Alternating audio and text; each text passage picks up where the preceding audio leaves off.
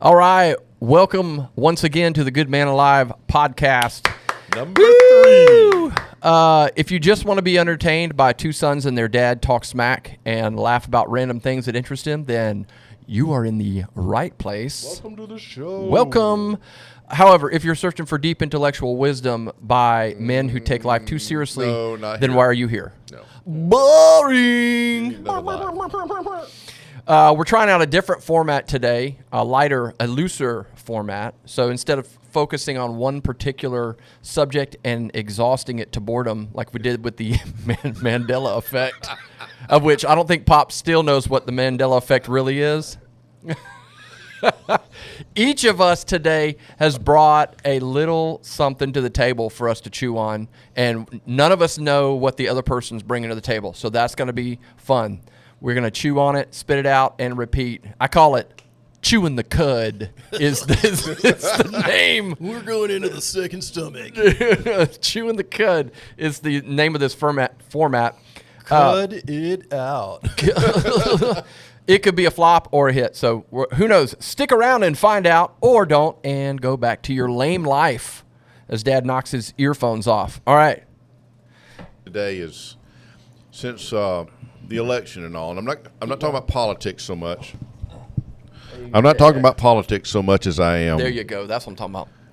Trump alludes to the golden age of common sense. Okay. Common sense. So I'm thinking, okay, if we're guided by common sense, Scripture talks about how Thomas Paine. we're to be, use wisdom and understanding, and our society's just lost it. Yeah. So I'm thinking, what would be a good topic on that? So I was reading this book. I think it's called Uncle John's Book of Toilet Room Behavior. I mean, or something like Yeah. that. Uncle John. You read it in Sounds the racist. John. Okay. It's good. Yeah. It's a book of just a bunch of facts. Is it a humor book? Like, Well, it's kind of when you're sitting on the toilet, you read stuff. Yeah. This is just When got you're sitting on a a plethora of toilet. stuff. Okay. Okay. So I said, okay. I ran across this thing called warning labels. Now, bear with me. Some of these are funny. Some of these are stupid. yeah. Yep. For instance, on a salt packet, what do you think is on a salt packet? Don't pour this into open wounds. No. Sodium, high sodium. Warning, contains salt. Now, I mean, Wonderful. Yeah. common sense? Yes. Okay. How I about mean- on a can of aerosol cheese? Warning contains cheese. No. For best results, remove the cap. Oh, yes. I mean, Whoever, you can't operate it without the cap off. that is common sense. Listen. Yeah, but I mean, you can't even use it without the cap I've off. run really into some gotta help people that people need out. that instruction. Okay. You know how when you sometimes take off those things, it goes, Into the cap? Yeah. Sometimes- Yeah. All right. On an information booklet. Now, what are usually information booklets? They kind of tell you about what's in here, right? Like in directions. Do not use if you cannot see clearly to read the information of the information packet.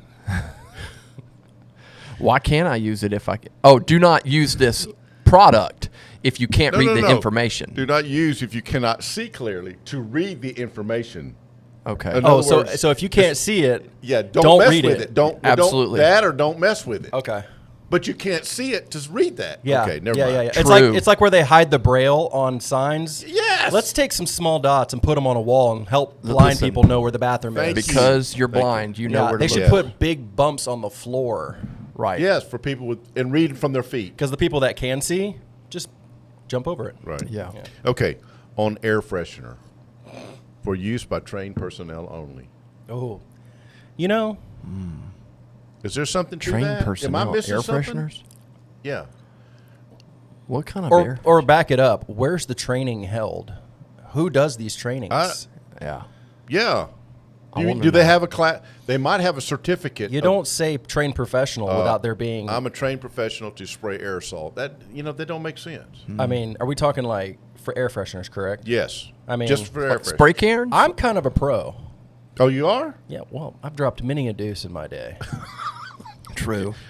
Do you have enough air freshener for that, though? Okay. On dog medicine, alcohol may intensify the effects. Now, why would you Yeah. be giving alcohol to a dog? I mean, Listen. like they drink beer with their medicine? I've seen it on movies. That's true. That's true. Okay. on rubbing alcohol. Now, these are labels now. People type this stuff on labels. Avoid contact with eyes, ears, brain, and surrounding membranes. I want to know how you getting that on your brain. That's what I want to know. And what are these surrounding membranes? Yeah. Yes, What is that? like I mean, you do have a membrane around your brain, but again, I mean, that's what I'm Right. saying. Like, how are you getting it? I mean, maybe you could snort it. Maybe that's like you get it through the sinus membranes. okay, on a letter opener, you know the typical. Yeah. Okay. Safety goggles recommended. Good night. What? Okay. This is, I'm telling you, this is just crazy. On a travel pillow. You know, you've seen them get in a plane and you see, right? Yep. Do not use while sleeping. Do not use the travel pillow while Yes, you're while sleeping. sleeping. It's only for resting. No I'm sleeping. thinking, like, if you're in a car and you're driving, you've got a travel pillow Yeah. to help you with your neck. But if you're on the passenger side, naturally you would use go. Okay. Nonsense warming. Okay, here's warning on a labels. package label Global warming labels. on a disposable razor. Do not use during an earthquake. See, that's things you can't help but laugh at, right? That's good. Okay.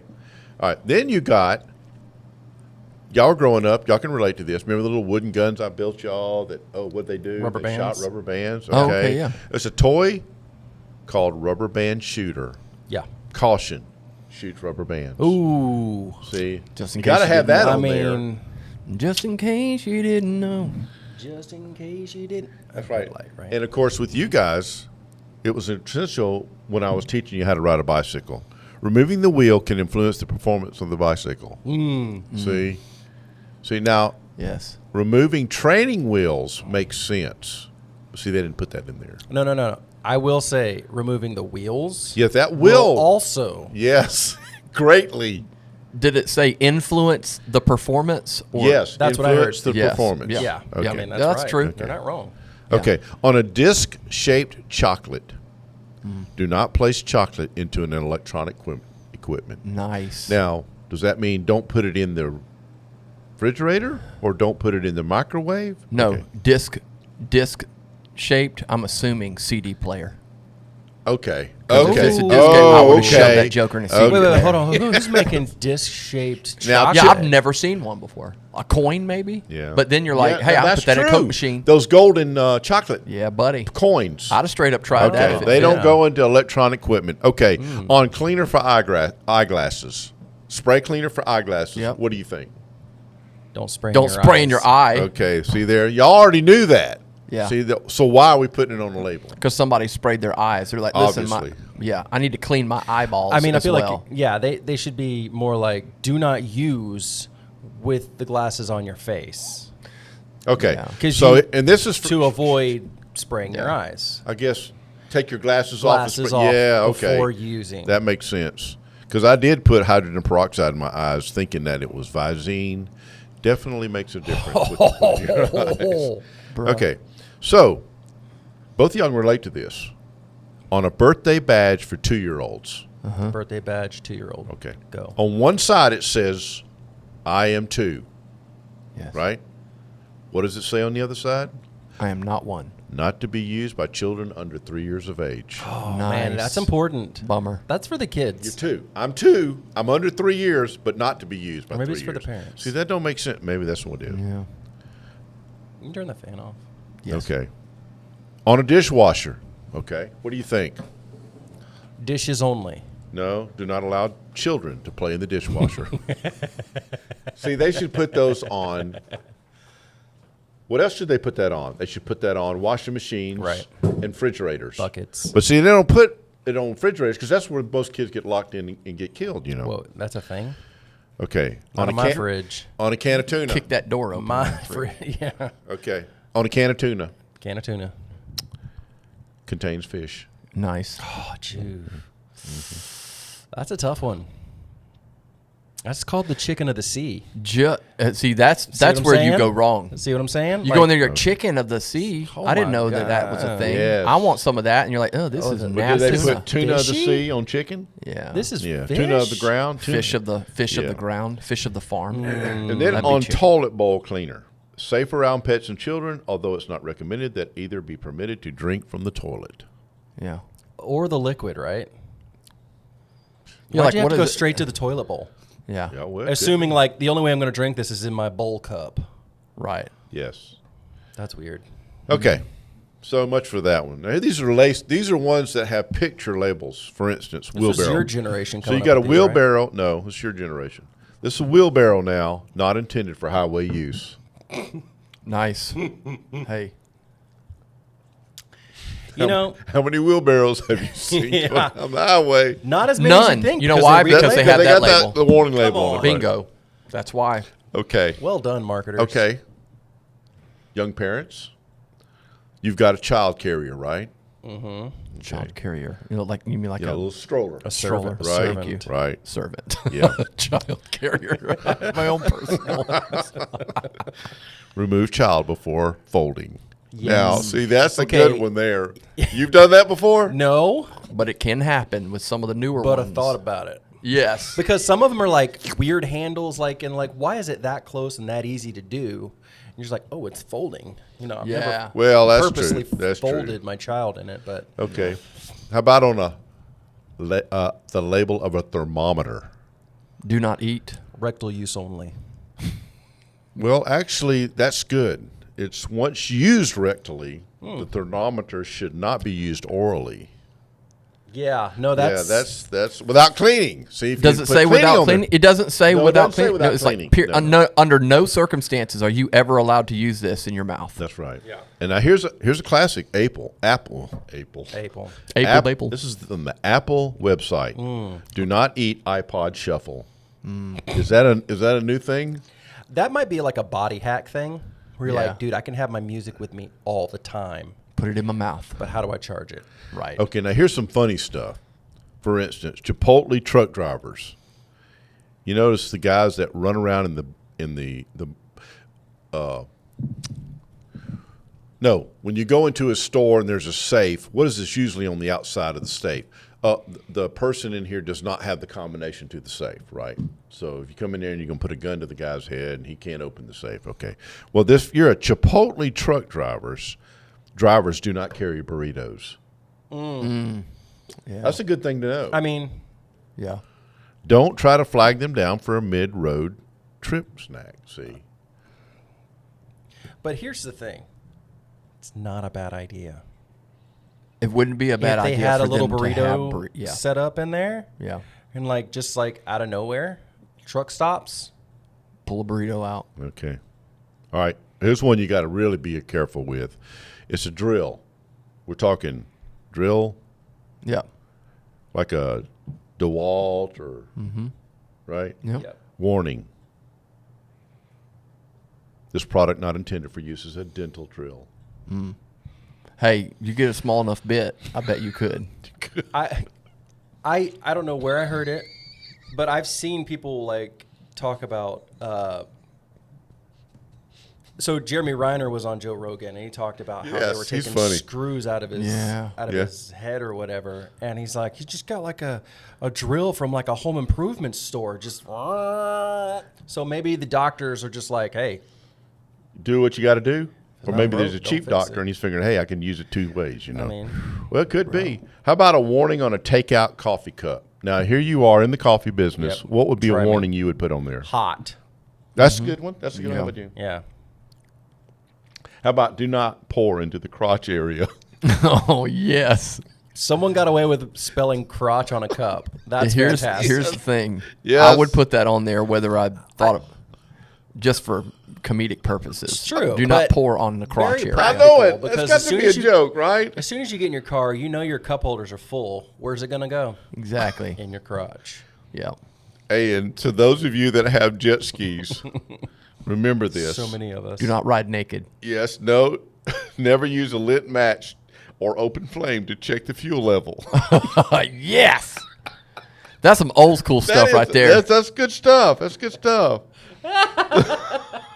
Isn't that though how they check for a natural gas leak in a pipe though? They get a lighter and just go. Idiots do. Seems Yeah. a bit dangerous. No, what you do is you take soapy water to check for a gas Yeah. leak. I thought that was for tires Yeah, that does work too. Yeah, that works too. Yeah. and bad breath. Okay, and then those of you that use decon, do y'all know what decon is? That's that rat killer. rat. Rat poison, that's right. Yeah. Okay, has been found to cause cancer in lab mice. Yeah, I would hope so. Yeah. Except it doesn't do you. well- It doesn't do you any good if it just kills them slowly. It's like Yeah. in 20 years, this rat's going to be in some Exactly. And it's going to be hereditary. pain. You're going to have a bunch You're of gonna- rats crawling around with tumors. Yeah. But they're Yes. still going to be alive Yes. eating your crap. They're not going to eat as much. Right. But that's when you set up a mini mouse, Like hospice. yeah, or or chemotherapy, or it just kind of slows them down slowly. With Drano. Did I ever give y'all like invisible ink pens and markers? I'm sure when I y'all had kid? it at some point. Yeah, okay. Well, here's the one. For a vanishing ink marker, should not be used for signing checks or legal documents. Yeah. That makes a lot of sense there. Yeah. Vanishing makes more sense than invisible. Well, I'll end with this classic. Okay. Okay, and then we'll go from there. Whatever it is, it has to be our motto here on the. Good Well, Man it's a Live. warning label on an iron-on shirt pattern. Okay. Okay. What do you think? Iron on shirt pattern. Do not iron on face. Do not iron while wearing shirt. Oh. That's a good one. Yeah. I mean, if you're in a rush, I can see like, oh, I should iron this Yeah. on now. Well, The warning label is there. Let's not. well, I thought that would be my last one, but I've got to add this one. Okay, let's hear it. How many of y'all have ever had a razor as far as, the little scooters? Oh yeah, Oh. 16th Yeah. birthday. Did you notice on it that it says this product moves when used? Nice. Didn't know that, did you? That's Did good. not. Well, yeah. Move. And there are many, many more like hair dryer label, do not use while sleeping. yeah. Listen, however, if you can blow dry your hair while you're sleeping, Yes. I'd say get that on camera. Okay. Only scenario great. that I can see that being a thing is if it's cold and you don't have a heater. And you're That's using it, true. yeah. and You you might, just set it there, and you're just like, oh, I'm gonna if go you got sleep. electricity, you can buy a heater. Maybe. Come Yeah, on. maybe. I don't know. Maybe that's all you have. And then there's the fireplace log warning, risk of fire. Yeah. That can happen. So Gotta those of watch out for you that. in the world today that have lost their complete common sense, you are not alone. There are many of us out there that see this every day. So, Man, That's I good. wish we had some good ones for today. yeah. I'll think of some. So that's my, That's it. That's good. yeah. good, Is Pop. that That good? was You good. like that? That's That was good. good. That wasn't I like political or anything. No, not in what. Although I think many of those out there in the liberal world probably have to have those warning signs. Yeah. Well, Well, it's unfortunate. Yes. if you put it in Elven or Klingon, they might get it. Yeah. Okay, who's One next? Al, Yeah, I'll do it. go ahead, bro. Go for it. All right, so mine is kind of based off of something I saw recently.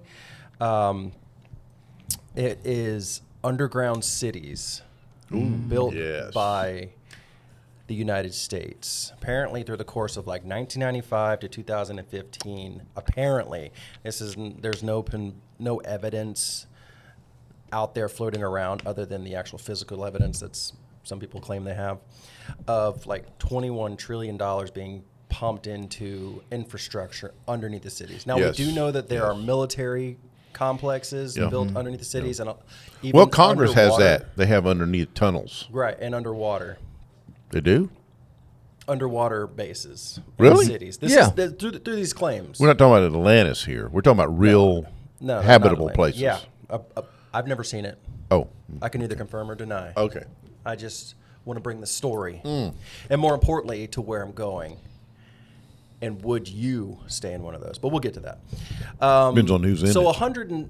So according to this young lady, she's old. I'm just being sweet.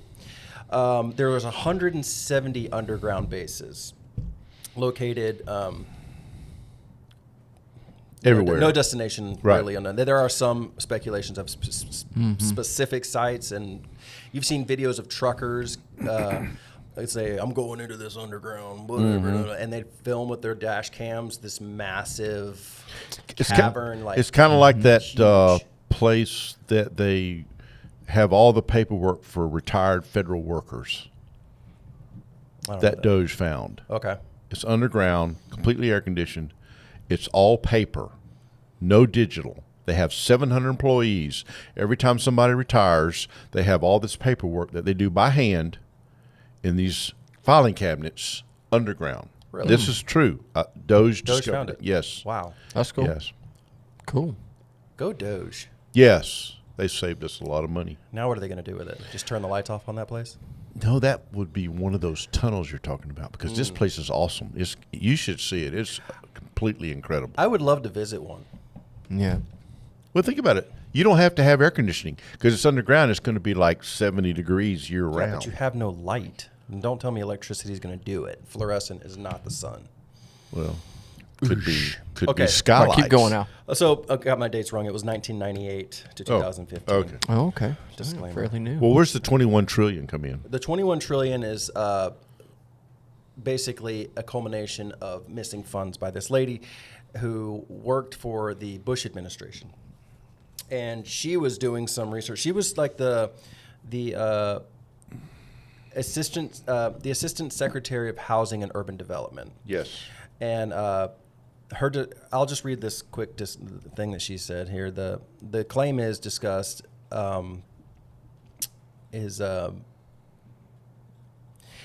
she allegedly that the U.S. government secretly diverted $21 trillion in taxpayer funds between 1998 and 2015 to construct a vast network of approximately 170 underground bases, some purportedly located beneath the ocean. She describes them as part of a clandestine underground city infrastructure designed for wealthy. What am I reading? Catherine Fitz. That's yeah. her. Yeah, I got it here.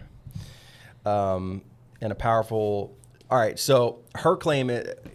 Tucker asked her, like, "Why do you think this is?" It's like, well, kind of makes sense. If you have a near extinction event, you got to have some, some backup for humanity or America, right? Yep.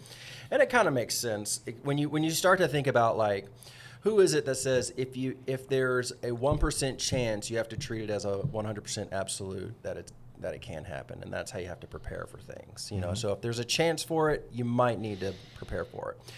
And if they're building underground cities for like near extinction events, let's say like a meteor or something, or nuclear fallout, or even a pandemic or a that might flood, wipe out. Yeah, exactly. And the rapture. If that's a possibility, That's a good one.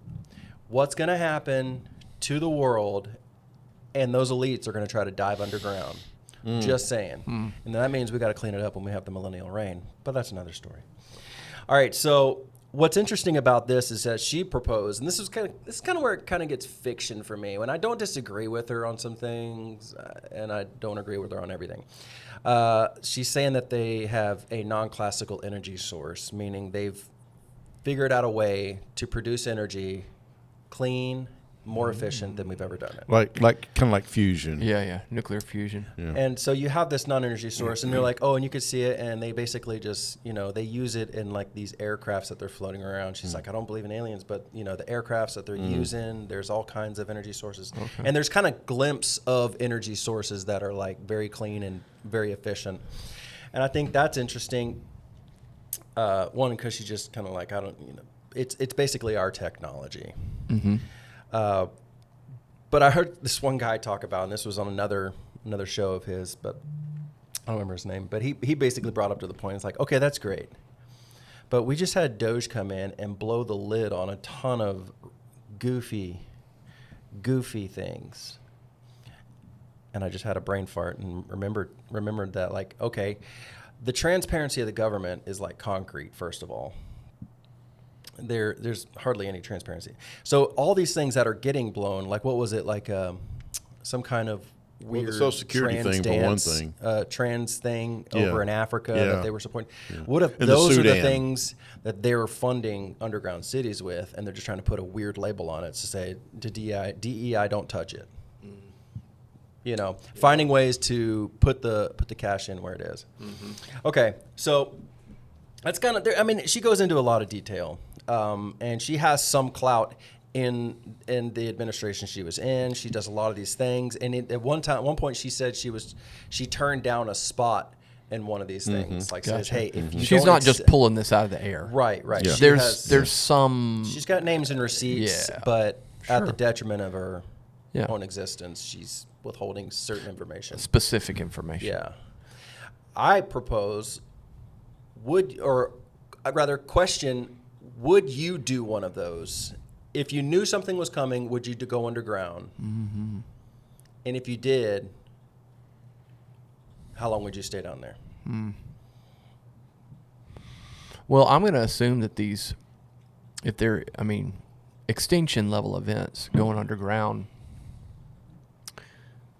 for like nuclear and stuff like that, or nuclear. As George W. Nuclear. Events. The problem is you go down there and you got to stay. I mean, you're going to stay for the rest of your life and probably several generations, right, because of the radiation on the surface, right? Assuming that is, then it's kind of like, all right, if you decide to do this, you're in for the long haul, yeah, right? So with that would probably adjust my. But there would have to be some kind of event to drive people underground. Just to say that, we got a bird flu coming. They're not going to do it here's until the thing, hits. though. Here's the thing, though. Well, not everybody's going to be able to do it. You're going to have to get in. I think what Al's saying, to clarify, if you knew without a doubt, like say this ain't hearsay, you talk to Vladimir Putin and he's pushing that button tomorrow and you believe him. He's not. And it is gonna happen. If you know, in as much as you can know anything, that something like that's going to happen, would you? And is that basically what you're saying? We're not talking about hearsay. Think of it like that too, because unless they just have people down there 24/7 until this thing happens, there is no way to know the impending doom unless we see a meteor in the sky, it's going to be here in 5.3 days or whatever, or like nuclear. How fast does it take for nuclear to be launched and then come over to one side of the Earth to the other? It's pretty fast. Well, with hypersonic speed now, we're talking minutes. Well, here's the thing, though. Not everybody's going to be able to be in that blast. Like, I don't want to die from radiation. Yeah. And be one of the dudes on the outskirts. It's just my skin falling off and I'm puking up my inside. Like, I ain't doing that. I'm going to find out where it's dropping. And be right under it. I'm right, son. I want that bomb to crush me before that thing goes off. Vaporized chair with my family in my arms. That's it. Hey, look how cool that is. Yeah. Yes. Here's my answer to that. I don't think that I'm famous enough to even have a chance of getting in one of those things. So I don't know that I would even make it a consideration. I'd just be like, look, I'm on enjoy the time that we got left with my family, and we're going to figure it out. That's the way that I feel about it. Yeah. I don't know that I feel. But that's such a catastrophic event. That makes good sense. But what about like with this pandemic or like with the illegal immigration? What if all these 20 million illegal immigrants, all of a sudden they just rose up and started going to these cities like some of these people are doing now in some of these other cities, and they just started killing people off? Right. What about it? Well, I'm not going into a hole in the ground. Well, I know. I'm going to fight. Just say we're going to fight. We'll defend what we can. But like they say, like a hurricane, well, the first 72 hours is on you. Yeah. Well, I would imagine most of the people in this area pretty well understand that because we live in the hurricane alley. But there's a lot of people that rely so much on the government to deliver them.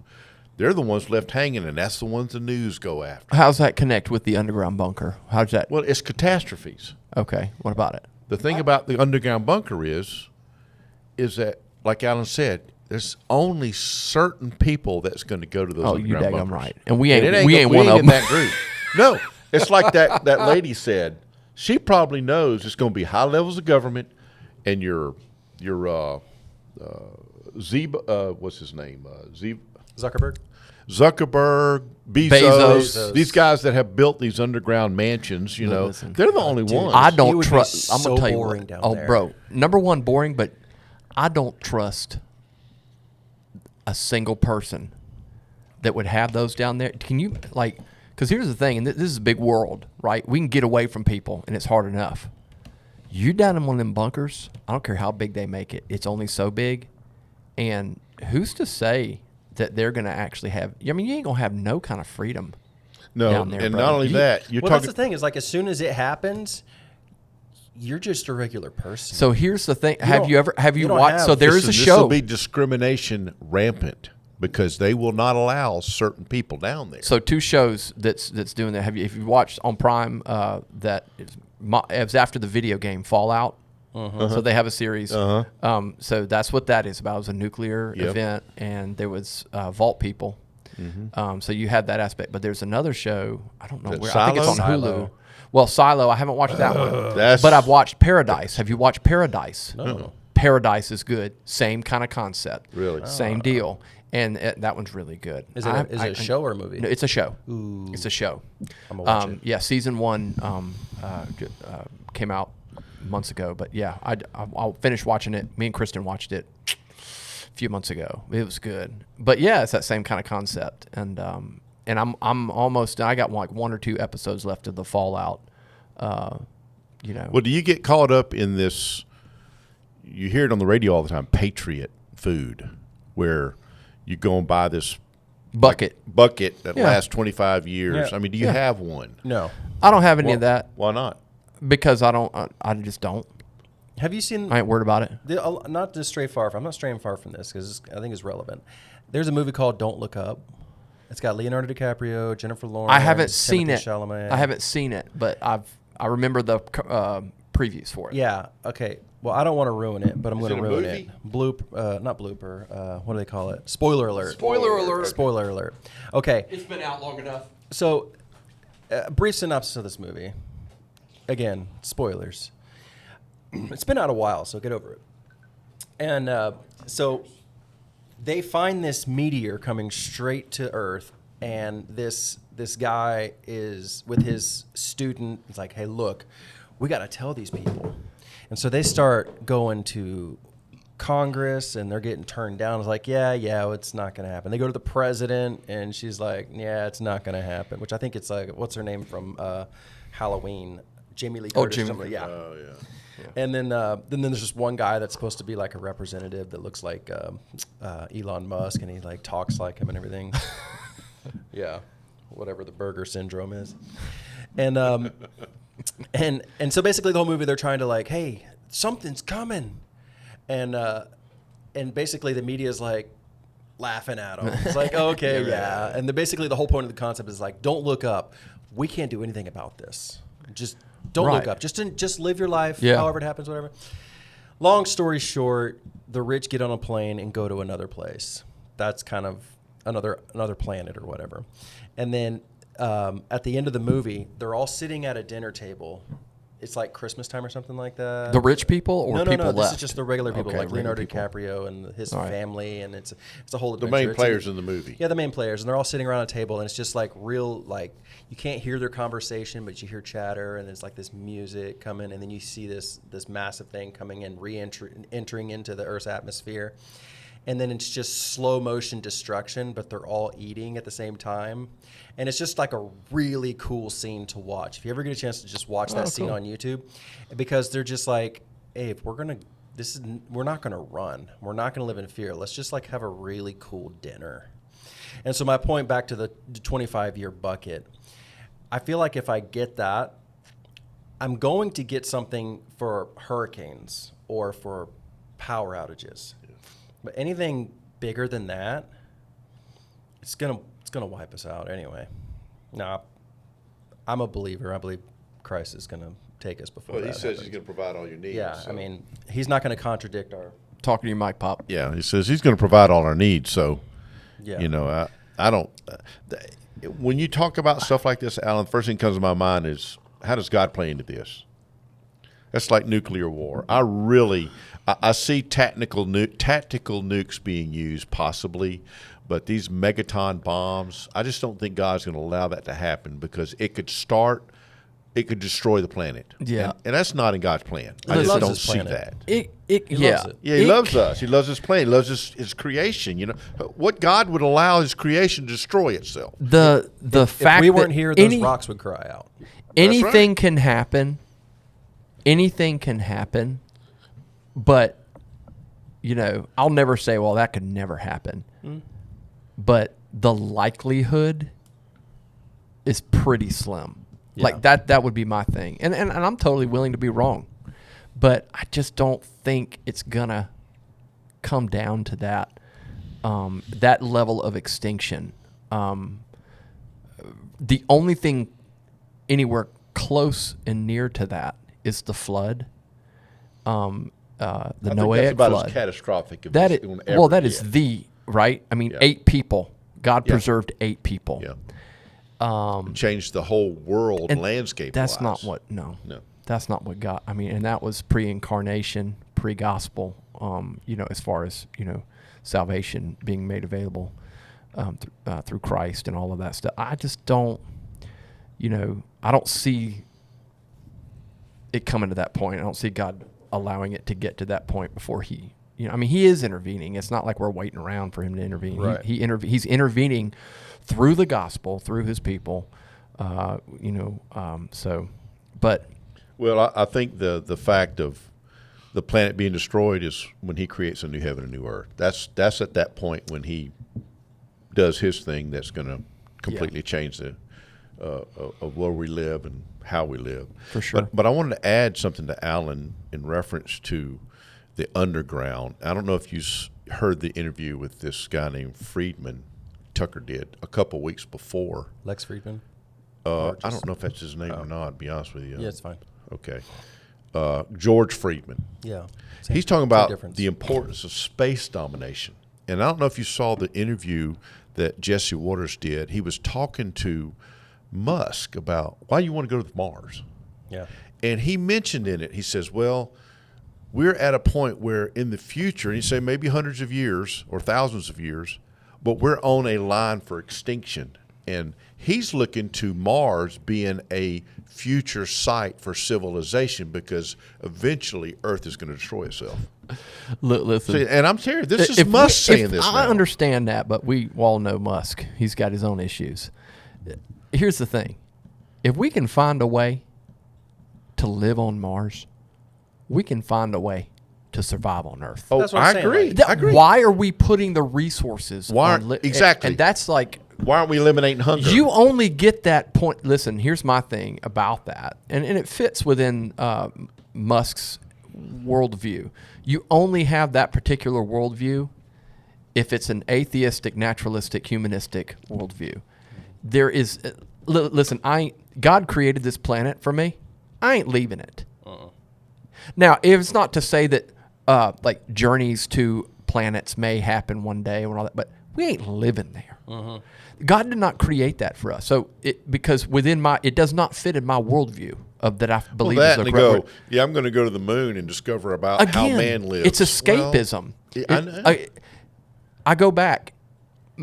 Mars is not fit for human There's a habitation. reason for that. Yes. They should not have I made mean- Total Recall. But exactly. That does not make it appealing at all. No. Do you remember what happened? His Yes. eyes popped out of his head.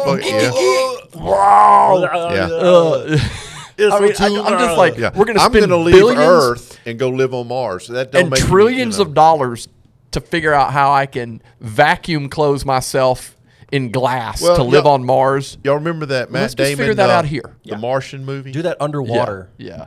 He lived on the edge because at any moment something could break, and all of a sudden all the life gets sucked out of Bro, him. can you listen? I don't know. People may be able to live on Mars one day, but I can guarantee you ain't nobody having a toddler up there. Buddy, that whole house is gone. He'd be like, oh, what's he? Yeah, he's going to be in his own bubble for the rest of his life. You have to lock He'll that be floating joker in up. space going, Martian's look, gonna did I do? He's going to be like loose bones. And gravity's all different. Yeah. Oh, my gosh. That's crazy. Martian Well, toys that's an everywhere. interesting concept, this underground tunnels. Like I heard that interview with her name's Mills, and how there's this bank in Switzerland that is its own government, and it has no authority over it, and it can take money from everywhere because it's all digitally transferred. Yeah.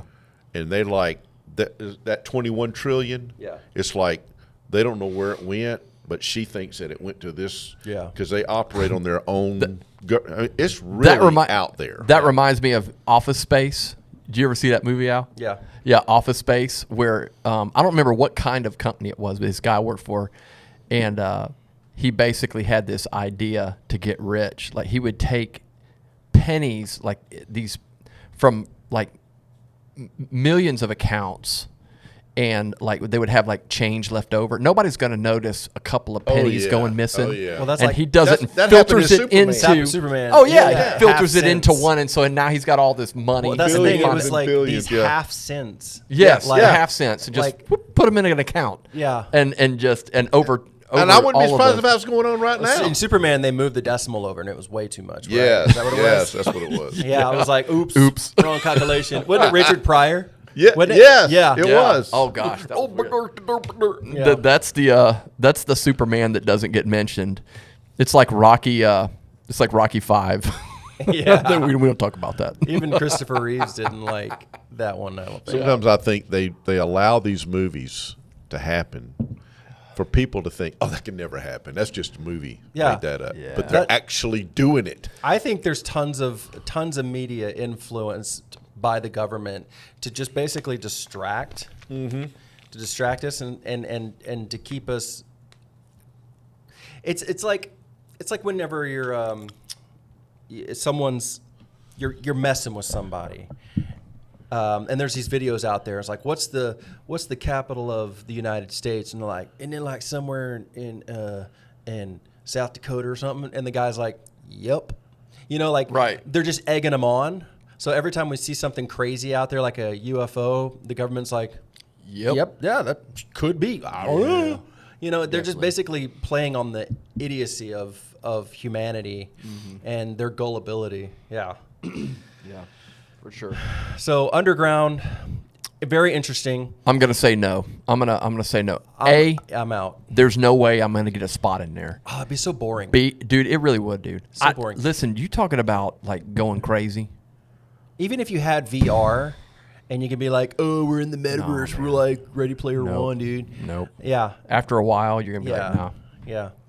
Yeah. Wouldn't do it. Dad, Definitely not.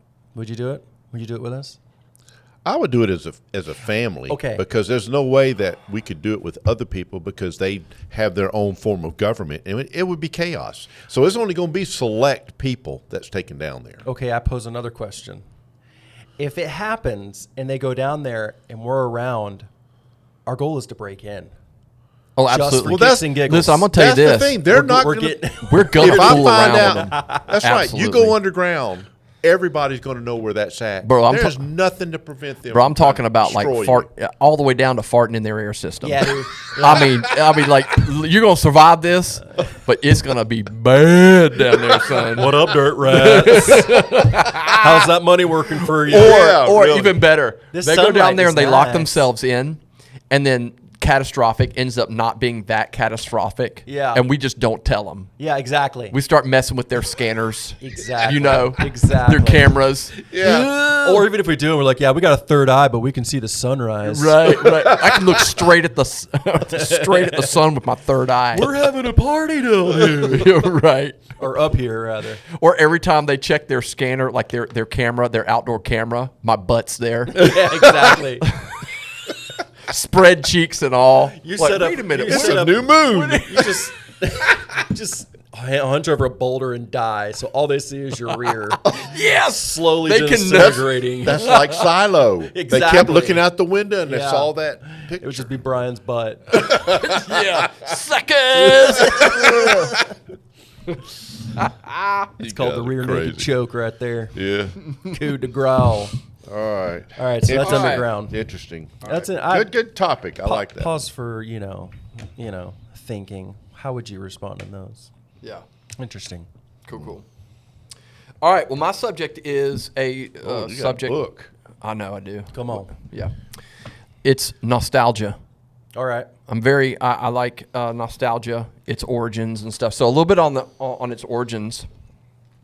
Okay, wait a second. Nostalgia, just as in the actual definition of nostalgia. Yes. This isn't like a code word for anything. No, not code word. It's actual.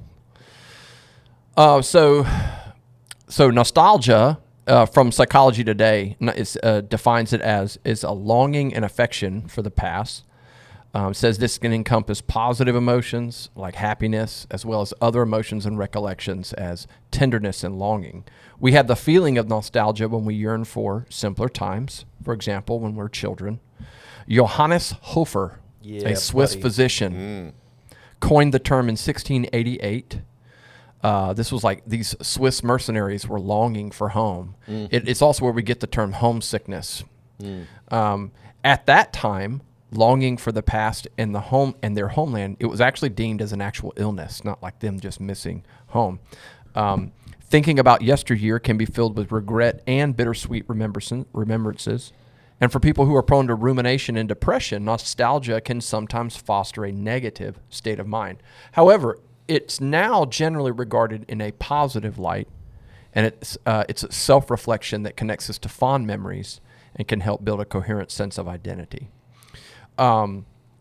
It's from the Britannica. It just kind of says basically the same thing, but it had a couple of things. It's affectionate, sentimental feelings, remembering past times, places, experiences, and they're often triggered when people encounter smells, sounds, and we'll talk about those in a minute. We'll talk about what our triggers of nostalgia are when they speak to others or when they feel lonely. Nostalgia has a sense of kind of resurfacing.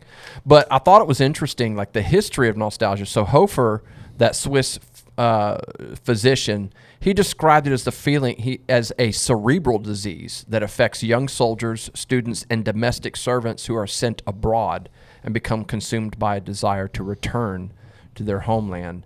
And the reason why he saw these is like he saw very severe symptoms of homesickness, like obviously weeping, lethargy, insomnia, anxiety, heart palpitations, confusion, and obsessively thinking about home.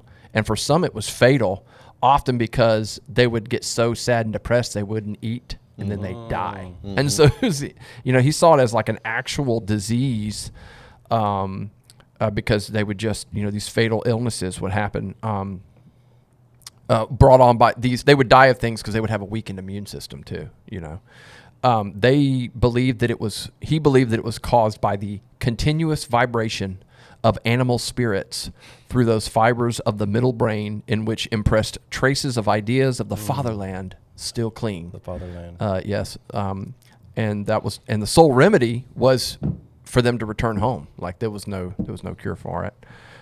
They thought after a while it was a neurological disease, connected with depression, melancholy, all of that. In the 20th century, they kind of began to think of it after the World Wars. They found the symptoms of nostalgia to better align with the psychological conditions like PTSD, schizophrenia, and anxiety. So they were starting to see it as more of a psychological condition, not like you had a disease in your brain, right? This, of course, was when psychoanalysts were starting to become more popular. And they had little tolerance for nostalgic patients. They believed that they were just neurotic and unwilling to meet reality head on. I feel like I'm in a lecture. Yeah, well, this is what you get. It wasn't until the Getting real nostalgic. Very nostalgic. It wasn't until the late 20th century that nostalgia came to be viewed in a more positive light. Oh, okay. Okay. That's interesting. So though nostalgia had most commonly been associated with homesickness, most people are typically able to differentiate between nostalgia and homesickness. Like we have experiences of nostalgia. That doesn't make me homesick. Right. And we've all been homesick So if before. this great psychologist of his time had never come up with these ideas, it'd probably been okay and people wouldn't have died like they did. Well, I don't know. Well, I mean, they would have just died, but they would have not known And what who they were. cares? Like, now you're going to label it a sickness and they're going to give you another drug for it. Okay, well, Well, but it's not seen as a sickness now. That it was back then. what if you, and not to stray too far, but like, what if nostalgia is linked to somehow quantum entanglement? Mm-hmm. So, it's something happens in one area, happens in another. What if you are homesick, and not to say that because you know how they say home is where the heart is. It doesn't matter where you're at on the face of the earth. Home is where, your heart is, where your family is, where you want to be. Like, what if that's a weird connection to where you're supposed to be? Sure. Right? And so you do have these senses of not being where you're supposed to be, but also where you're supposed to be misses you. Mm-hmm. And so it's kind of like twofold, like it's happening in one area and one happening in the other. Because, when you get sent off, like when you're blessed to go somewhere, like, hey, we fully support you, you do miss home, And I guess it really doesn't fit with nostalgia as far as a time period, but it could. But when you leave home and even though you miss home, but you know that your family's supporting you wherever you're at, you still get homesick. Yeah. But not to the point of illness or sickness. When you don't feel like you have the blessing or the support of where you're going, you're immediately wanting to go home. For instance, you get that show Alone, where they go out into the woods. The people that say, "Hey, we got your back here at home. Do what you need to do to win." Those are the people that usually win. The people that are first off is like, "I just miss my family." Yeah. Which means their family didn't really want them to go. So there's that like that kind of knowledge of like, they don't want me here, which means I don't really want to be here, even though I could probably win this thing. It's interesting that like, and even with nostalgia, if like for the 80s or the 90s, there are times, and even the early 2000s, where I'm like, oh man, those were some good times. Wouldn't want to live there. Wouldn't want to go back. And that's why I think it through time, even though the term nostalgia was synonymous with homesickness, right? Yeah. That's really what it was. It's turned into something more. It's not or something different, right? Like people don't like, because you can be homesick. That's different from nostalgia. Like when we watch a movie and it takes us back, Right. Like when I watch an episode of Home Improvement Or Bloodsport. right? Or Bloodsport, yes. That doesn't like I'm not homesick, but I'm Yeah. like you had those emotional connections. Or it's like my Yoshi, Yeah, Yoshi sound. Yeah, like the second I heard it, I was like, oh, Yeah, dude. yeah. Well, Yeah. it's that longing to have the experience of comfort, of peace that you enjoyed during that period of time. And I was telling Alan this the other day.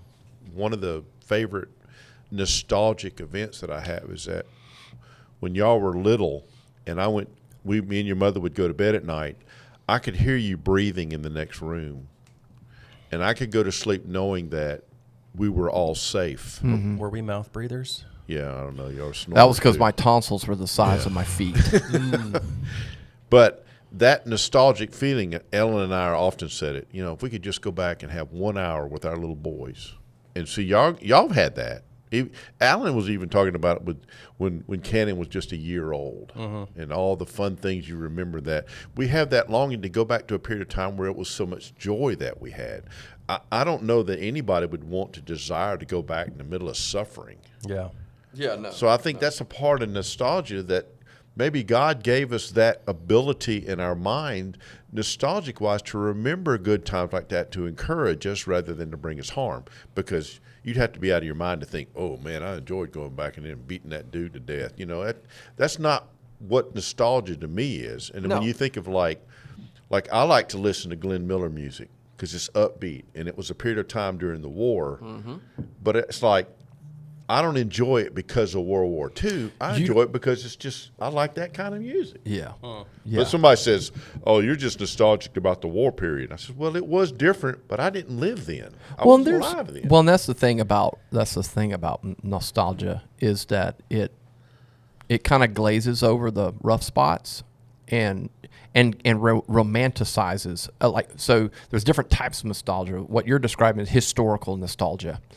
And you can have that for eras that you didn't even live in, but just from what you've seen and heard stories, and music is a big one of that era. So you have that historical nostalgia of what you of maybe the highlights of that time that you're like, oh man, that was kind of cool. That, that post-war era, or all of that. When we listen to Bing Crosby and stuff like that around Christmas White time. Christmas Christmas and is a all that. big nostalgic thing. Yeah. I didn't live in the 40s. I love But watching that movies of World War style, II yeah. during Christmas. Right. But I don't want to go back to a World War. No, Right. I've read enough books about the bloodshed. Yeah, you need to calm down on that. Yeah, you need to chill. Yeah, that happened during the war that I don't want to remember, but I do remember the sacrifices that they gave, and that tells me I need to live out their dream. I mean, when we talk about the struggle that I have about not serving when I was younger, I think, man, I could have been a Marine. I could have went in the Air Force, could have went in the Navy, and I didn't get to go. And all these people have got to go. I've battled that image, thinking, man, I wish I had gone in. But then I look back and I think, it shortchanges these people that have sacrificed it all and to those that did sacrifice, if I don't live to the max what they gave their life for. You know what I mean? Yeah. Does that I mean, make I would sense? imagine some soldier out there at one point or another says, I'm doing this so someone else doesn't have to later on. Yeah. And that would be us. Yeah. Yeah. And I've talked to most I've talked to military people, and I told them, you know, like how, you know, wish we would have served, but we are big supporters of military and veteran and everything that we do. Patriots. And they said that's the next best thing you could ever do is get support. You know, so I mean, they need support just as much as we need them. So I mean, Yeah, it doesn't replace. At the museum, we have a wall there, and we came up with a saying, and actually Didn't you come up with this? I came up with the saying, on, and it Daddy. says, we serve to tell their story. Yeah. Now, a lot of that museum is World War II. That's almost 100 years ago. Mm-hmm. In the Korean War, we got a little section over there. We had some Korean War stuff. But unless there's somebody to tell people about that. Now, a lot of them are military, ex-military. No, granted, a lot of them are. But I'm learning from these guys to appreciate what they've done and sacrificed for my country. So I don't walk around and take for granted. Man, when that flag goes up, I'm just as proud as they are or more. Yeah. Because Yeah. I want to say, hey, dude, you didn't die in vain, or you didn't sacrifice in vain. Yeah. So that's like, so you've got positive and negative effects, and what you described are all those positive effects. You got positive emotions. You feel good. Your behavior, it motivates you and it inspires you. right. Right. Right. When you have that, it also strengthens relationships. Like you think about old friends, and with us, a family. Growing up, people you have good history with. And this doesn't have to be people that you necessarily grew up with, but I mean, I've got different stages in my life. Like I remember I got some good relationships with some people that I haven't seen in over 20 years, but that I went to college with, or that I met in seminary not too long ago. Right. So but our whole relationship is somewhat defined by that small period of time. So my connection to some of these guys is because we went to school together. Right. And if it hadn't been for that, we would never know each other, and we probably wouldn't be hanging out. But because we went through that, I think I hear the same stories of guys that either went through boot camp with other guys or served in the war with them. They might, like with Band of Brothers, a lot of those guys didn't ever talk to each other after the war, but they would say that those guys were their best friends. Like Right. you know what I'm saying? And they were willing to die for them. Exactly. But they went on with their lives afterwards and maybe never saw each other again, but they loved, they had that connection during that time. So, and I thought another interesting effect of it was that it says here is that it also fosters creativity. I know that, like, for me, when I journal a lot of times from a nostalgic point of view because it's reflective, right? It's reflective. Even it's short. So I'm connecting good emotions, both good and bad emotions with maybe what I experienced that week, and I'm journaling that. And of course, we see that with songwriting a lot too, especially with folk, indie music and country music and stuff like that. We have, they're writing from a nostalgic point of view. And of course, the negative, I think the negative effects of nostalgia is that you tend to get stuck in the past, which means that you're missing out on the joys of the present, and that's an easy thing to kind of get drug into. I know that for me, after moving out of the house, the first 4 or 5 Christmases were hard for me because I would want the same emotional experience of Christmas that I had as a kid, as an adult, and it just wasn't. And so I would heap all these expectations on what I thought the holidays would be, and then boom, it would go by, and I'd be depressed because I'm like, it's kind of lame. And it wasn't until I began to enjoy it for what it was that I started enjoying and like having no expectations and kind of accepting, life is different, so all of those connections. And then I was able to enjoy each holiday season for what it was and for what it is. A hack for Christmas, not to get off topic here, but what I started doing was starting Christmas music way earlier. It allows you those days where you don't feel like Christmas is happening to get, but once it gets closer, you're almost kind of tired of Christmas music, but you're like, bro, I'm in this thing now. Now it's Christmas. And by the time Christmas is done with, you're like, good, I'm tired of listening to Christmas music right now. I wore out lo-fi Christmas and lo-fi jazz Christmas music. Yeah. But getting started early, but you're So right. you're saying yes, get started early, or yes, no? Yes. Oh, okay.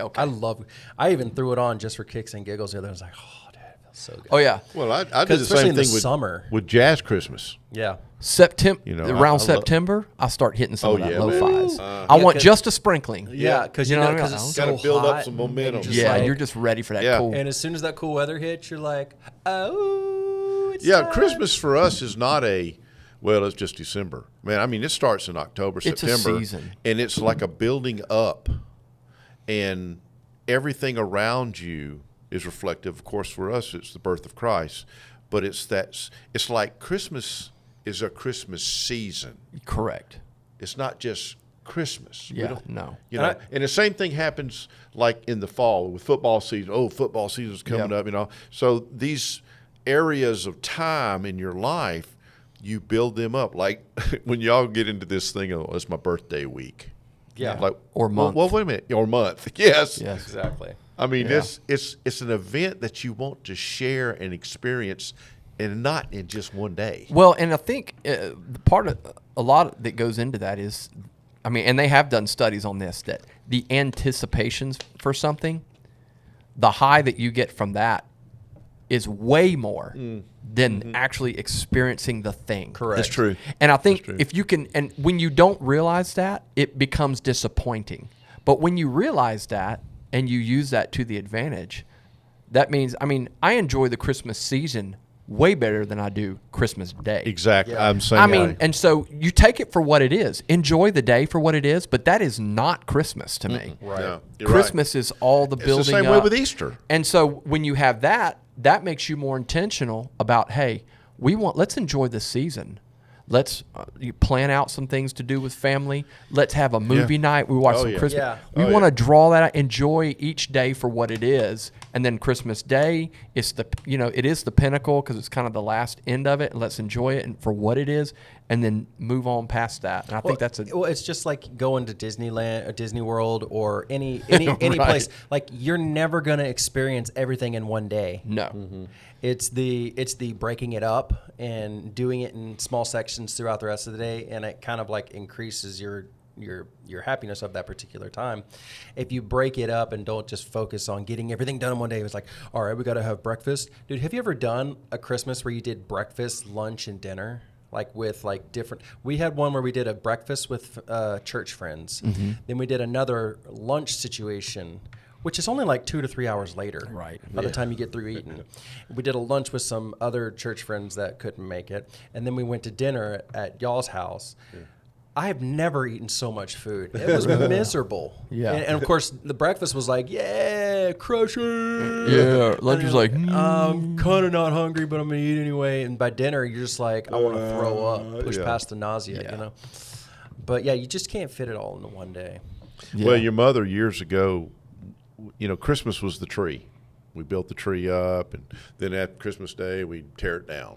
Well, a few years ago, she said, we're going to keep the Christmas tree up year round, except we're going to decorate it for winter, and then we're going to decorate it for Easter, and then we're going That's to half lazy, half smart. Well, Yeah. yeah, kind of. it's also a lot of work throughout the but year like to redecorate. Memorial Day coming up. Yeah. Kicks off the July 4th season, baby. Summer coming up, July 4th. We got red, white, and blue all. And then you go, okay, we're through that. Labor Day hits. Well, guess what? Fall's here. Oh, the cool air and everything. It's those seasons. And I think that's why God gave us the seasons, is because as creatures, as His creation, if it was the same thing every day, that's like those people going underground. They're going to have the same problem every day. Here, we want to live life as God created it for us, to enjoy those changes in our life.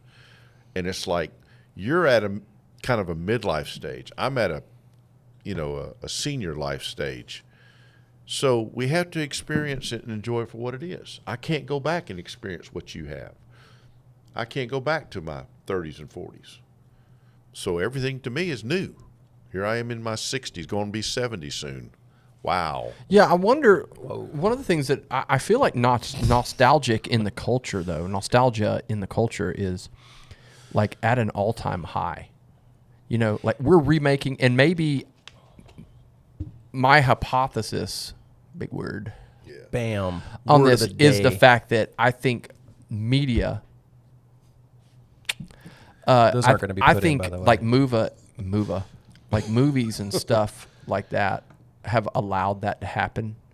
But I don't. I wonder. I guess what I wonder. My question is like, I wonder if like Paul's generation, if there was nostalgia to them. I always feel like up until like maybe World War II, moving on from that, like nobody was looking at the past. I mean, who gets nostalgic about the Great Depression, Exactly, right? So it was like exactly. things in there. It was so hard that they were just trying, and they were constantly thinking about the future. I feel like we've reached the end of that, and now like more people are like really reaching back towards the past for feel good stuff. Like not in reality. Like they know they need to move forward, but like their therapy is nostalgia. And, you know, and I think some of that can be fun and enjoyed, but I also think it can be dangerous too.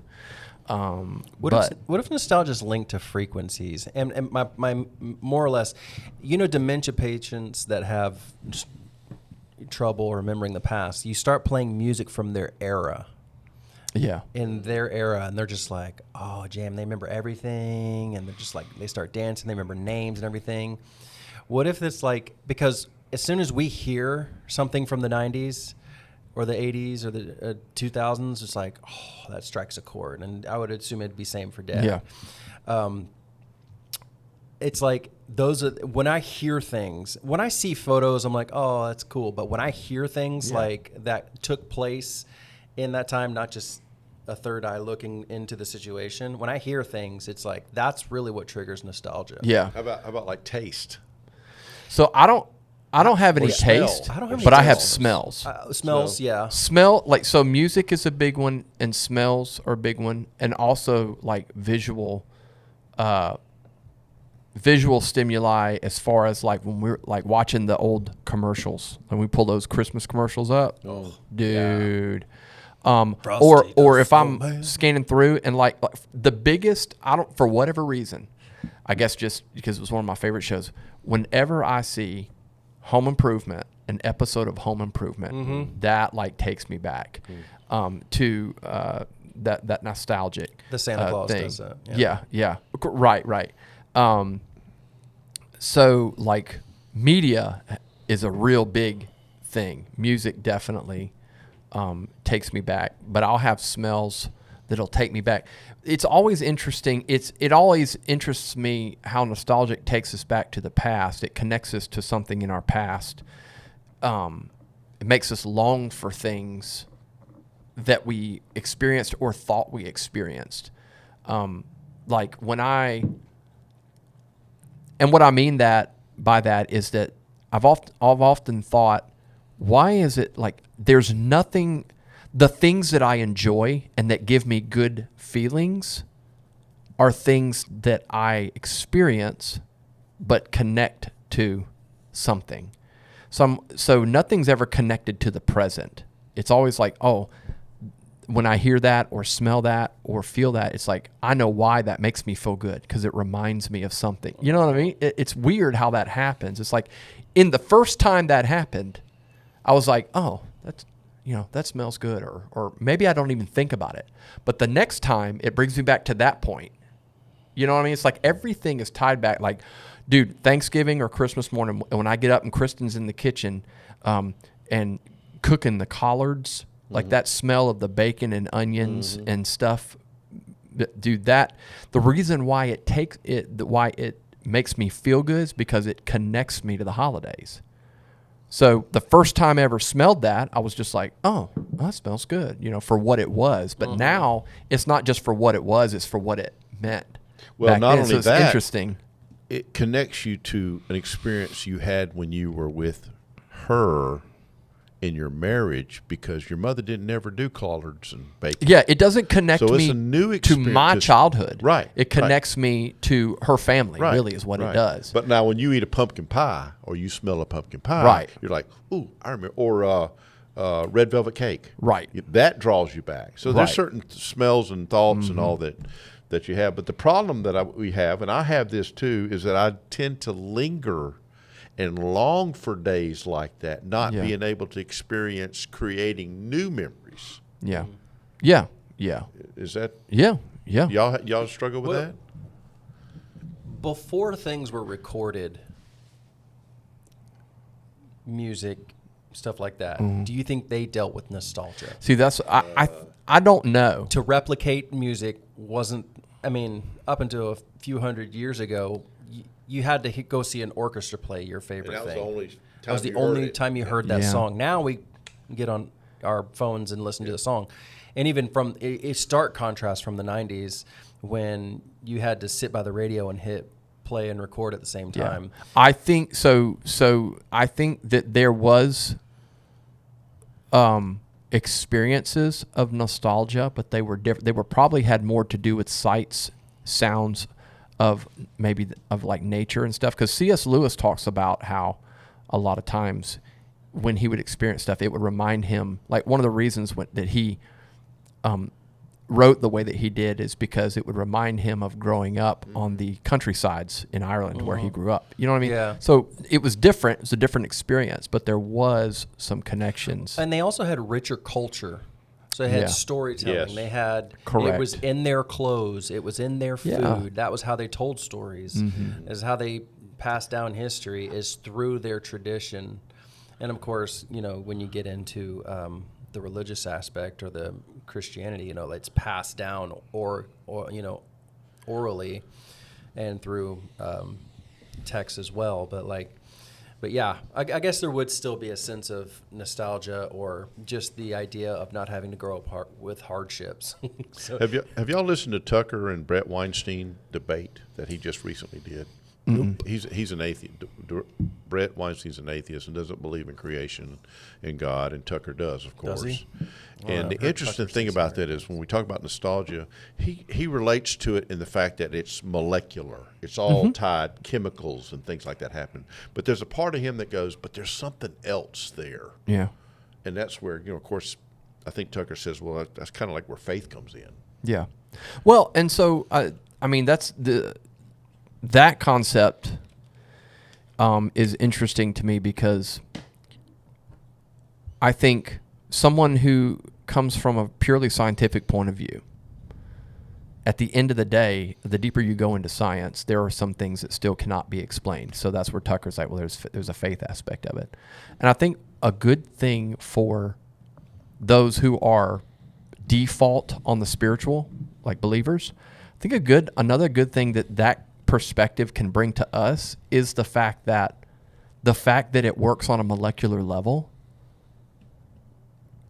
is also a good thing for us to remember. That doesn't make it any less spiritual.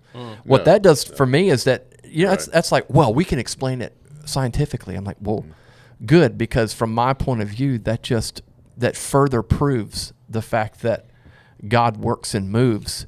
And just because he moved in a way that was measurable does not make it any less miraculous or beautiful. It's like, okay, the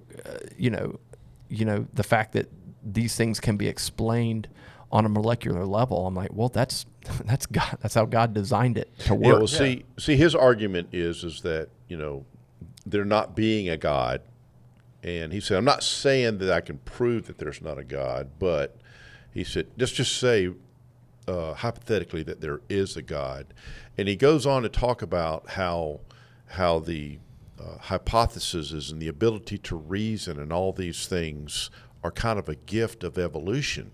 Mm-hmm.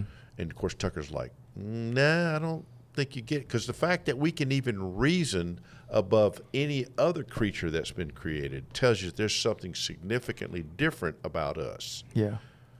And it's like this kind of thinker, I think it's like Jordan Peterson, is so close to salvation because they are really struggling reason-wise and it's like they reach a point where, you know what, I can't figure it out. And then they step into faith and go, you know what?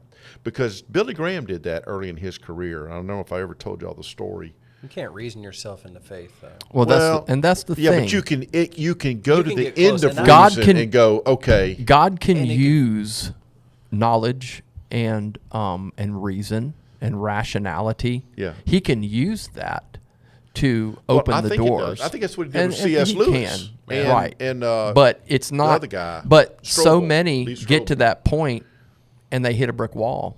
Right. And so in that respect, Oh, you and can't some of them, yeah. rationalize yourself into the kingdom. You know what's interesting is I say this vaguely. I mean, or ignorantly rather. The arguments that I've heard from atheists, every time they come up with an argument, they have to say, okay, hypothetically, Yeah. if God did exist, Yeah. that's the only way you can come up with an argument, because you can't prove that God isn't there. So you're not an atheist. Yeah. You're a retard. So that you come up with this, then you start going down paths of morally, always ends up to God. They won't go into spiritual because that's faith aspect, but then they'll go into evolution, which is retarded. yeah. That's You have a finely tuned earth. I mean, you got all these things that you nitpick apart, but there's always something that points back to God, and they have to go with these hypothetical things to make God look bad. And I think that's where their whole argument falls Well, apart. that and the fact that atheism is the fact that you have a higher level of consciousness. In other words, salvation is to all, whether you're, the poorest of the poor, or to those that don't have the mental capacity that some would have. It's like, it seems to me that salvation is so simple, yet those of higher thinking think their way out of it. Well, I mean, it's the issue of ego. It's the issue of pride. I mean, it's always been around. Yeah. I mean, that's why Paul said in Corinthians, I don't come with you with lofty words of wisdom. Mm-hmm. I come preaching Christ crucified. Why? Not because he couldn't bring the was wisdom. educated. He was ready to. Absolutely. Oh, He yeah. could have bombed them with that, Yeah. but he's like, look, I wanted you to see the gospel.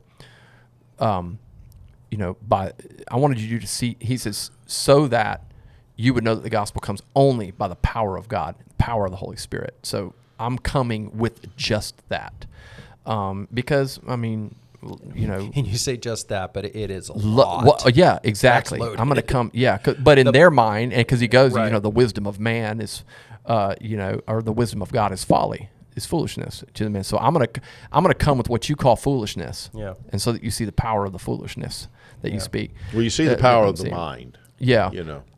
So it all goes down to presuppositions. And that's the difficulty with, I don't think there's anything wrong with apologetics and making sure that you can have, good biblical answers to the questions. Mm-hmm. But at the same time, if somebody comes to the table with a closed mind and with a presupposition, that's the problem with atheism and humanism, secular humanism. Like Ben Shapiro? They're coming to that. Well, he's coming with Judaism. He's coming. His presupposition is he's- traditional he's the chosen. is Judaism. Yeah. So he's going to come with that presupposition. Isn't that supremacy? But at the end of the day, it's going to be an issue of, do you believe in God or do you not?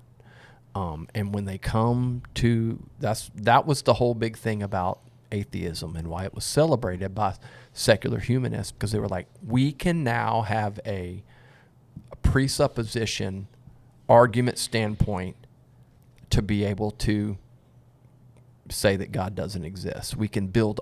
That's why all of their stuff is built upon that.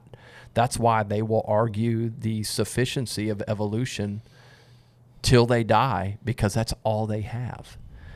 But it's presuppositional.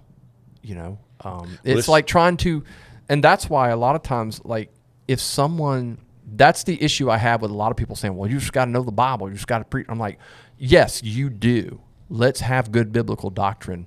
But I'm not going to talk about what the Bible says with somebody who doesn't believe that the Bible is God's word. Right. I'm going to go, now we're talking about biblical criticism. because they're wise, because they're critical of the sufficiency or of the reliability of Scripture. So let's talk about that. Right.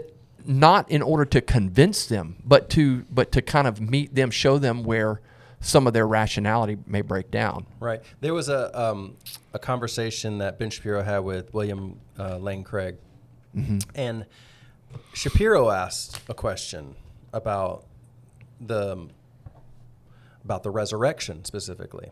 And William Lane, I'm not going to try to repeat what he said. It was very articulate. He worded it perfectly. And he's like, you got to, to believe in the resurrection, you got to address the claims that of the resurrection that Jesus made. And went down the line. And then met with those arguments, and then met with historical context and the witnesses and all the miracles that surrounded it. Shapiro shifted to, let's talk about something because, I could frankly care less about the New Testament because I find it uninteresting. And I was like, well, you went down that path.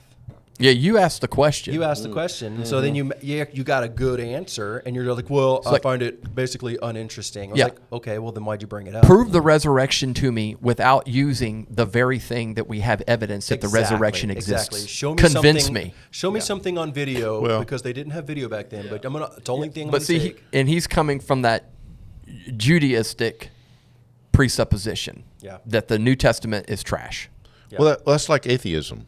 Is there a true atheist? No. Well, by what definition? As in someone that does not believe in God? No. Okay, then how do you To define me, an atheist atheism? is someone that believes that God does not exist. Okay. Right? Yeah. Mm-hmm. But you don't know. Atheists are more agnostic. And I think that's a title they claim to that is inaccurate. I would rather an atheist just really admit that I really don't know. Because if they really knew that their God did not exist, they could be a true atheist. Yeah, atheists are just ignorant agnostics. Well, I see what you're trying to say, but an atheist describes what someone believes. And I think that's an accurate description. Someone can believe, someone can believe that the sky is not blue and that it's really purple. It is purple. And so... But yet, can they prove that it's not blue? No. So that's a different question. Agnostic, though. But my point is that someone can be an atheist. I don't think it's an inaccurate. Somebody can refuse to believe that there's a God. That doesn't mean that they don't have to prove it. That's just somebody, because then you could never have a belief that you can't, because in their mind it is. They don't believe in Scripture. They have nothing substantial. You don't have to somehow prove your position in order to be classified as something. If you say that you believe... Now, if you wanted to make the statement like, well, I don't think atheists, anyone that calls himself an atheist, really believes that there's no God. Well, then that would have to be investigated. You have to go around and ask every atheist that you know. Be able to say, well, then you're not really an atheist, because at the end of the day, you're really an agnostic. You see what I'm saying? But there are some atheists out there that really legitimately see everything through a scientific lens, and they're like, no, I don't believe that there is a God. I believe that there are things that we can't explain yet, and that's their whole thing. Science one day will win out. We will figure it out. That's Joe Rogan. It's like right us. now. It's like us looking at the pyramids and breaking it apart. We can break it apart and say, "Oh yeah, well, something built this." It's like, okay, yeah, someone built it, someone designed it, or better yet, a Tesla. Going back to like the molecular, we were talking about the elements of something like Nostalgia. Yeah. It doesn't take away from the fact that there was a creator above it. You can marvel at the Tesla all day long and wonder, how does it know there's a car to my left or to my right? It's like, it's all right, we'll figure it out. That doesn't mean there was a God or a creator. It's like, no, there was a creator that created that car. Well, the question isn't about the existence of the car and how it works. You can still admire the car and understand that there's a creator. It doesn't mean you know. And the two are almost opposites in a way. They're like, when you talk about creation, people are like, oh, science will win out. Well, science is just observation of the existing thing that you're looking at. You're testing it, you're measuring it, and you can't test and measure these things without seeing that, like, this earth was perfectly designed for humanity. And so, like, they haven't even made it to the God level of thinking yet. You know, and I think it takes almost more faith to believe there's not a God. Mm-hmm. And they're just stubborn and ignorant. Well, it goes back to the old saying, you know, hey, can you prove there's a God? And I can go, well, can you prove there's not a God? Right. And you kind of hit a stalemate. Well, and that's my point. That's my point about presuppositions. All of your arguments are presupposed. I'm going to argue because it's presupposed that I believe that there is a God. And someone that's going to argue against that, But what they're about someone that's presupposing. that is raised Christian, becomes a Christian, lives as a Christian, goes off to college, comes back and is saying they're an atheist? Talking about Little John. Their presupposition was changed somewhere in there. Their Yeah, belief system yeah, changed. Yeah, you can change your and there's a myriad of reasons. First of all, got angry. Well, I think they got angry, and I think so too. I think at some point something you know, they could have had, you know, a traumatic experience, a bad experience with believers. You know, that kind of turn them towards the church, turn them towards the faith. I hear that a lot. A lot of the deconstructing that I see nowadays when people are deconstructing their Christian upbringing, it's because they never had the legitimate gospel to deal with. I mean, from the beginning, right? When you hear them talking about, well, this is how I was raised, I thought that, you know, and a lot of that goes back to they have no theological framework for suffering and evil. It's like they have it's all this, you know, God's going to help you get through this. And by that, it's interpreted as in, if you just stay close to him, everything's going to be okay. It's going to be peachy. And then what happens? They have someone in their life pass away. They go through a hard time. And all of a sudden, they're like, God left me. He must not be real. You know, and so they have no framework for suffering. That's what a lot of, like, these music artists back in the day, through the 90s, early 2000s, that are now deconstructing. I listen to their stories because I'm wondering and one solid thread is that they don't, like, wherever they were going to church, I'm like, dude, you didn't go to the same church I went to. You didn't hear the same gospel. You didn't have a theological framework that could help you with that. You had this very easy believism, and it's like, as long as everything's going smooth, you're good. But as soon as you hit a roadblock, you didn't hear the full gospel. You didn't hear about everything else. And so I would question their foundation. What did they learn? But at the end of the day, too, Pop, and this is where I'll put on my Reformed Calvinistic hat. At the end of the day, they lack the faith, right? Faith is given by God. They don't have that element that's required for that. You can't reason yourself into the kingdom, and you can't experience yourself in the kingdom. That God has to open your eyes and give you faith. And so a lot of these people, they go through that, and maybe their belief system is built on these premises that are not really the gospel, and it falls apart when real life happens. You know, or maybe they got to a point to where that maybe like if you grew up with somebody and you heard the same stuff, that doesn't mean you experienced the same thing and received it in the same way. And also, at some point, that's why I do think that, especially through that, through the early college days, in your 20s, you're questioning all these beliefs that you had growing up. You know, like, okay, mom and dad said this, I learned this in church.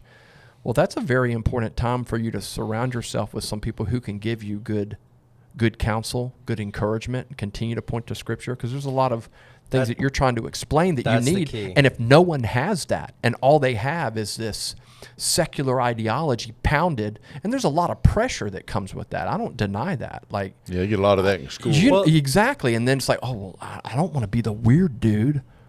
Or you're like, you know what? That does make sense, that God would be he's a God of love. I believe that. And so, and then you allow these these more liberal and progressive in the spiritual sense, in biblical sense, ideas to kind of change your view, either turn you completely away from the gospel, from the faith, or you begin to embrace a more liberal theology. I like what C.S. Lewis writes when he writes about good and bad. When you understand the concept of good and bad, and then you read Romans 8:28, which says all things work together for good, you probably heard this little story where the guy was telling a story where, he went out and fell and broke his arm, and the guy said, "Oh man, I feel sorry for you." He says, "Oh, but I found out the next day that when I went to the hospital, so and so was there, and they had a bunch of money they helped me out with." He says, "Oh, okay, that's great. And the guy goes out and says, "Then I went out and got my car, and I had a car wreck." And he goes, "Oh, that's bad." And he said, "Yeah, but let me tell you about the good part of it. I ended up meeting a guy that helped."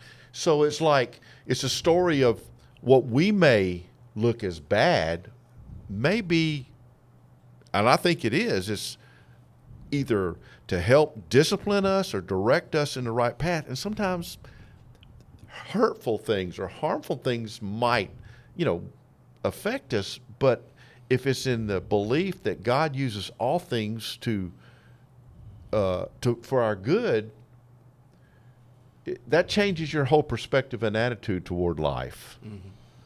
Because this Weingard that I was telling you about at interview with Tucker, he kept using this scenario. He says, you go out and you do something to your neighbor and you find out, and then the God in the heaven is going to sit there and punish you. That's his concept of God.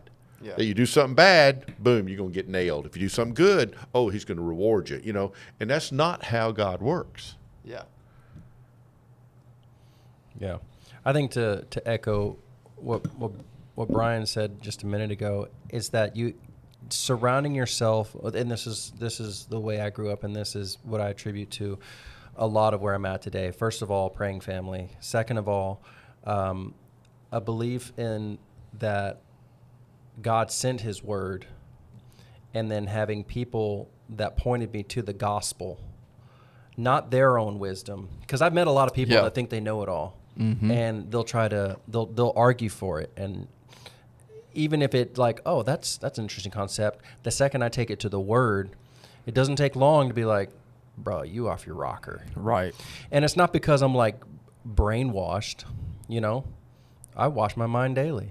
I kill the old man daily, of course, because my faith is in Christ. Right. My doctrine is in the apostles' doctrine. And that's, and that's what we were given through the early church apostles, mm-hmm. What is it? Breaking of bread, baptism, fellowship, and then worship? Is that these things? Oh, whatever. Yeah. Coming from Acts 2 or whatever. Yeah, this is what they did. This is how we operate. Yeah. And we the Eucharist. Yeah. Yeah. Yeah. Breaking of bread. Eucharist. Yeah, that would be it. Yeah. So I think being surrounded by people that say, dive into the scriptures, pray, get these things, and allowing God to reveal these things to you, and have him test his word, prove him daily, Mm-hmm. Yeah. So scriptures. Good stuff. Cool stuff. Yep. So that's nostalgia. Yeah. Yeah, that was good. That's good stuff. That's good. That was fun. I like that format. I think we'll do that one again. That was fun. Yeah. Just keep in mind, you want it to be something that everybody can contribute to. Yeah, I think that's the thing about it is I was talking with Brian on the way here. We when you don't know what the person's going to talk about, your initial reaction and questions are the answers that everyone wants to know anyway. Yeah. Yeah. And so coming in blind and coming in, for instance, never thought about nostalgia being just a definition from the past and what it originally linked to. I've always associated it with, stuff from my childhood. Didn't really think about it being some other format of or going any deeper than that. Right. Well, so that's cool. Or that it came from something else that it's not really even associated with now, but the fact that we had the word came from something that was experienced. Right. And our podcast motto should be "Harmful if swallowed." Yes. Yes. Yes. Do not listen to I this. think one of the things to make sure, and headphones. Al, you mentioned this we were talking about this when I was on the phone. When we bring the subjects, have a couple of questions to help that.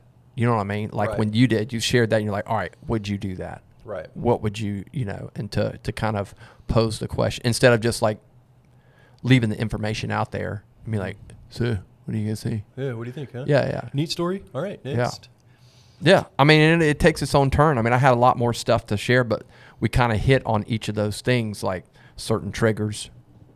Some of my questions were, what are triggers for you? But we kind of talked about those naturally. Yeah. So those informations that's going to come out of conversation naturally, I think is good.